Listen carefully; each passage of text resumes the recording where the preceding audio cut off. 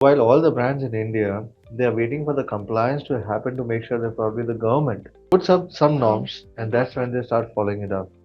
The most important thing which I have seen and which is very important right now, it becomes a fundamental critical factor that the data security has become one of the major concern across.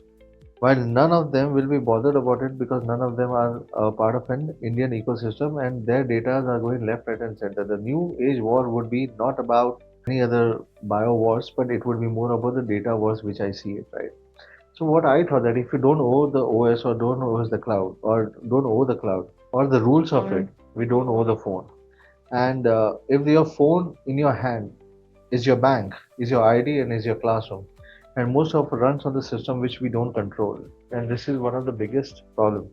I also figured out when we are building up this next quantum that India's self digital reliance on foreign infrastructure is the biggest disconnect which we need to fix. So when we started doing all of these things and we started putting up the questions on the board, it was not just in hardware. It also about that how can I help the ecosystem to build something in India and make sure that probably the data of the consumers are stored in India.